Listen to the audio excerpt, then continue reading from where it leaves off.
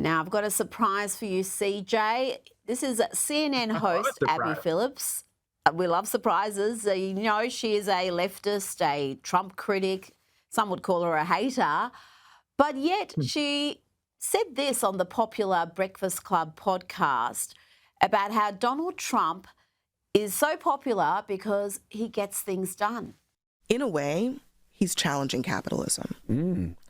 He's putting tariffs on countries indiscriminately just because he wants to, making the case that he's doing it for Americans. He is taking government stakes in private companies. That's a Bernie Sanders idea, by the way. He is creating a government website where people can shop around for prescription drugs, another Bernie Sanders idea.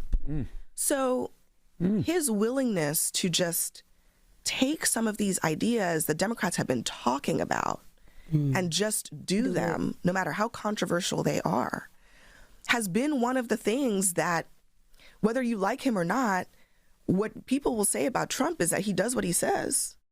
Well, as they say, even a broken clock is right twice a day, and she's right there despite being characterised as a far-right figure. Donald Trump is anything but, and his policy platform is anything but. And that's true whether you're talking about the tariffs or the way the administration is tackling big pharma. No, you're exactly right. And I think the reason the left fails to understand President Trump in any meaningful way is because they view him through the lens of a politician. But politicians run on one thing and they do another. President Trump ran on one thing, and he ran on many things, actually, and he's done all of those things. Promises made, promises kept. That is his dogma. That is his North Star. He delivers for it every single day. And so it's not surprising to me that you have folks like Abby Phillip who are so enamored by someone like him, because it actually is very rare to have a politician who does what he says. But President Trump is doing exactly what the American people give him a mandate to do, and we're rooting for him in every which way. Now, let's not praise CNN too much. Let's have a look at a clip that is far more typical of what we see from Abby and her show. What do you think it's being done for? I personally think that an infrastructure is being built to allow Donald Trump to stay in office indefinitely. I don't think that what's being done to the White House, you don't do that if you think that anybody else is going to inhabit this thing after you and if you are planning on leaving power. Lydia?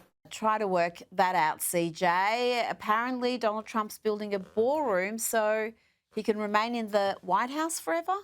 Yeah, I wonder what they would say about Abigail Adams or Martha Washington or, Jackie O, who, initiated many renovations to the White House structure.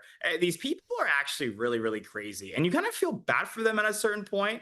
Again, I really hope that they get the medication and the help that they need, because these types of delusions just aren't helpful. In the spirit of Maha, I really am rooting for them. But as a Christian, I'm praying for them as well. Well, before you go, just try to make me understand where this hysteria comes from over this ballroom. You would think it would be the least controversial thing a president has ever done. Building a ballroom for the White House, a gift to the American people. The taxpayers aren't paying for it. It's going to be built with Trump's own money and donors, rich donors who are contributing to this. And yet they're finding a way to dress this up as some sort of a major scandal.